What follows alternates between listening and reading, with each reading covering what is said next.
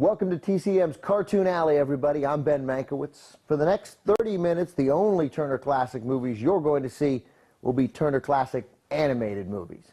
And today it's Popeye the Sailor, starring in 3 shorts from the 1940s and 50s.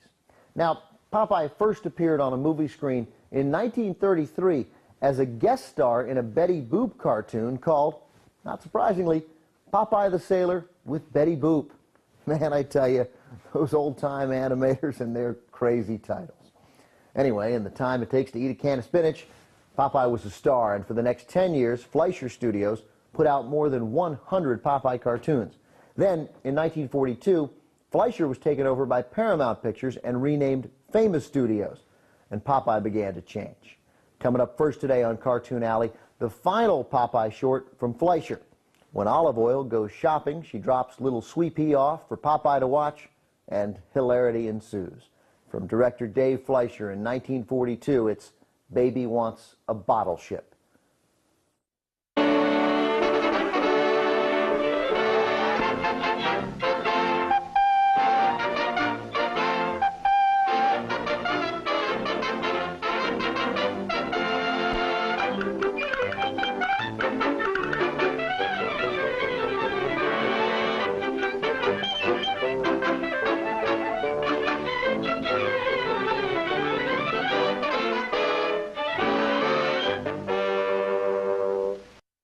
After Paramount took over Fleischer Studios and renamed it Famous Studios, Popeye began to change.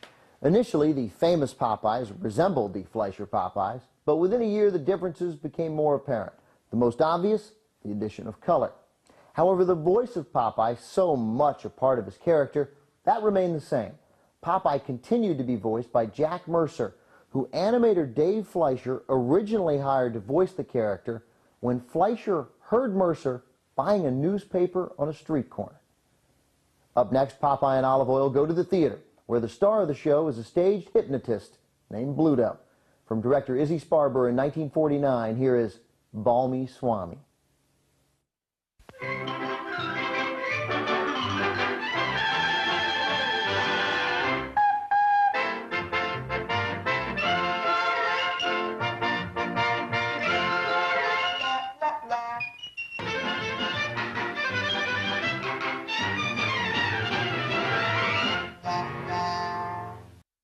Although it never achieved the heights of Fleischer Studios, Famous Studios continued the Popeye series for 15 years, until 1957.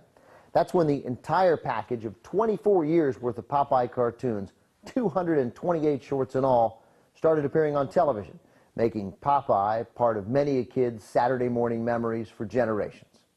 Up next, one of the last Popeye cartoons, 22 years after he first appeared on screen. Popeye and Bluto both show up to take Olive Oyl to the beach. From director Izzy Sparber in 1955, it's Bows Will Be Bows.